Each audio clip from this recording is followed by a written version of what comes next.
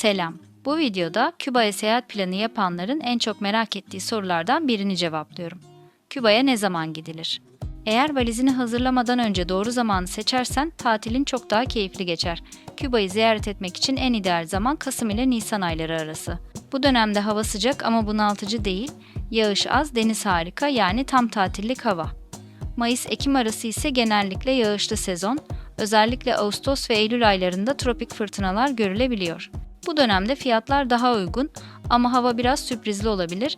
Eğer kalabalıktan uzak ve daha uygun fiyatlı bir tatil istiyorsan Mayıs veya Haziran ayı iyi bir tercih olabilir. Otel ve uçak fiyatları düşüyor ama hava hala sıcak. Küba kültürünü tam anlamıyla yaşamak istiyorsan Temmuz ayında Havana Karnavalı'na denk gelmeyi düşünebilirsin. Müzik, dans ve renkli sokaklar seni bekliyor. Özetle en iyi hava Kasım, Nisan.